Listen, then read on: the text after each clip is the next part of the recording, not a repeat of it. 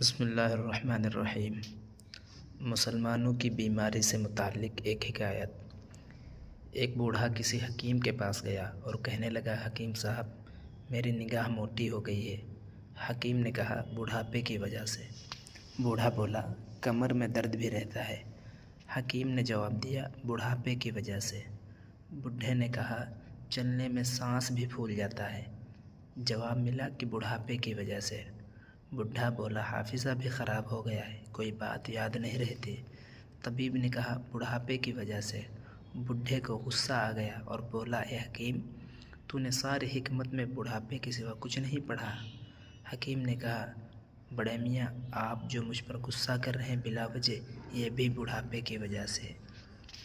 بعینہ آج ہمارا بھی حال یہی ہے۔ مسلمانوں کی بادشاہت گئی، عزت گئی، دولت گئی، وقار گیا، صرف ایک وجہ سے، وہ یہ کہ ہم نے شریعت مصطفیٰ کی پیروی چھوڑ دی۔ ہماری زندگی اسلامی نہ رہی، ہمیں خدا کا خوف نہ رہا، نبی کی شرم، آخرت کا ڈر نہ رہا۔ یہ تمام نحوستیں صرف اس لیے ہیں۔ میرے بھائیوں، مسجدیں ہماری ویران، مسلمانوں نے سنیما آباد کر دیے۔ ہر قسم کے عیوب مسلمانوں میں موجود، ہندوانی رسمیں ہم میں قائم ہیں۔ ہم کس طرح عزت پا سکتے ہیں؟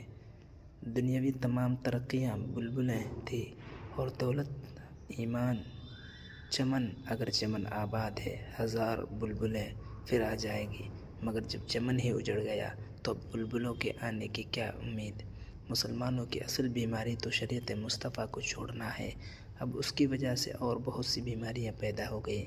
مسلمانوں کی سطح بیماریاں 3 قسم میں منحصر ہیں۔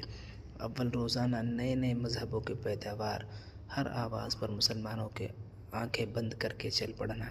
دوسرے، مسلمانوں کی خانہ جنگیاں، مقدمہ بازیاں، آپس کی عداوتیں۔ تیسرے، ہمارے جاہل باپ دادا کی ایجاد کی ہوئی خلاف شرع یا فضول رسمیں۔